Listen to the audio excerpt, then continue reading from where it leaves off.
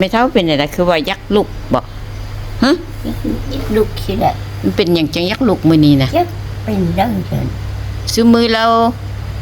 กินข้าวบ่ฮอด5 นาทีละห้องนอนละมือนี้เสว่าลุกยักษ์ลุกมือนี้ยักษ์ลุกเป็นอย่างมันจังยักษ์ลุกเป็นเด้อเดินฮะมันเป็นอะไรโอ้โหมันบ่ฮู้น้ำมันตั้งทรงแทกกับพอดีบ่ขึ้นดิเป็นน้ำวันสิ้นยักษ์ลุกไว้พระติบ่ฮะเป็นน้ำมันสิ้น8 คำยักษ์ลุกไว้พระสวดมนต์ติบ่นะโมตัสสะติบ่นะโมตัสสะเนี่ยฮะนะโมตัสสะข้าพเจ้าพระโจสัมมาสัมพุทธัสสะนบนำแม่นบนำนบสนะคันนบเป็นบ่มือยกขึ้นเป็นบ่บ่ได้ฮะบ่ได้เจ้าก็ต้องเฮ็ดแม่เฒ่าคันเจ้าบ่เฮ็ดเจ้าก็เฮ็ดบ่ได้เลยเจ้าก็นบสนิดี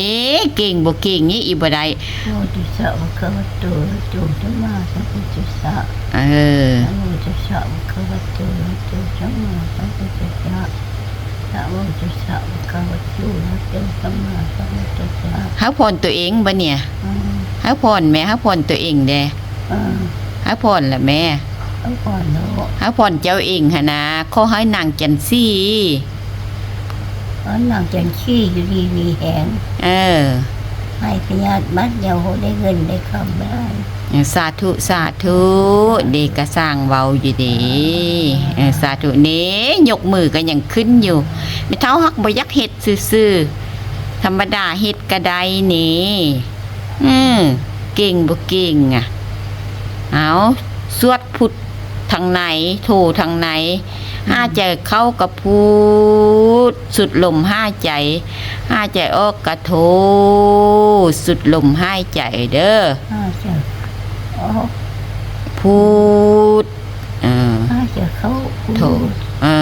ห้าใจออกพูดห้าใจออกโทห้าใจออกโทห้าใจออกโทห้าใจเข้าห้าใจเข้าพูดพูดเท่ากับมีสมาธิเอาเด้อบ่ต้องห้องลูกหลานก็อยู่นี่แหละอยู่นำบึงเจ้านี่แหละบ่มีเพิ่นทิมเพิ่นปะเจ้าดอกเด้อมื้อนี้ก็วันสิ้นนี่สิ้น8 คำเพิ่นก็ขึ้นไปบูชาเปลี่ยนขั้น5ขั้น8ขั้น13แล้วละมื้อแลงสิไว้พระเฮ็ดหันเฮ็ดนี่แล้วมันสวยแล้วก็บ่ได้ไว้มีแต่ไปบูชาซื่อเฝ้ามาเบิ่งเจ้านั่นไหลแล้วออกไปนอกเด้บ่นอนเถอะติก็นั่งได้ดุนนี่นะยักนั่งนะยักนั่งยักนั่งก็นั่งเลยแหละไม่เท่า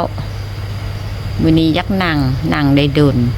ซุมือกินข้าวเมียนถ้วยข้าวบ่ทันได้ล้างยักนอนละสบายใจอยู่บ่สบายใจอยู่บ่ไม่เจอ